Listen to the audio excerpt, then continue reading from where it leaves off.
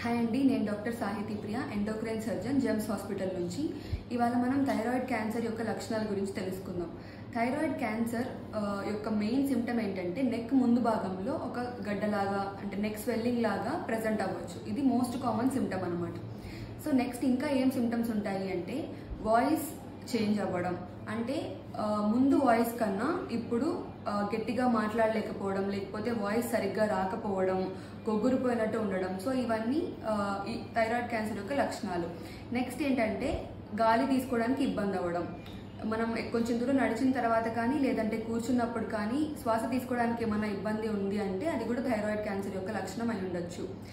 Fourth symptom ఏంటి అంటే తినడానికి ఇబ్బంది. దీంట్లో ఏంటంటే మనకి మింగుతున్నప్పుడు కష్టంగా ఉండడం, గొంతులో అతుక్కుపోయినట్టు ఉండడం. సో ఇది కూడా థైరాయిడ్ క్యాన్సర్ యొక్క లక్షణమే.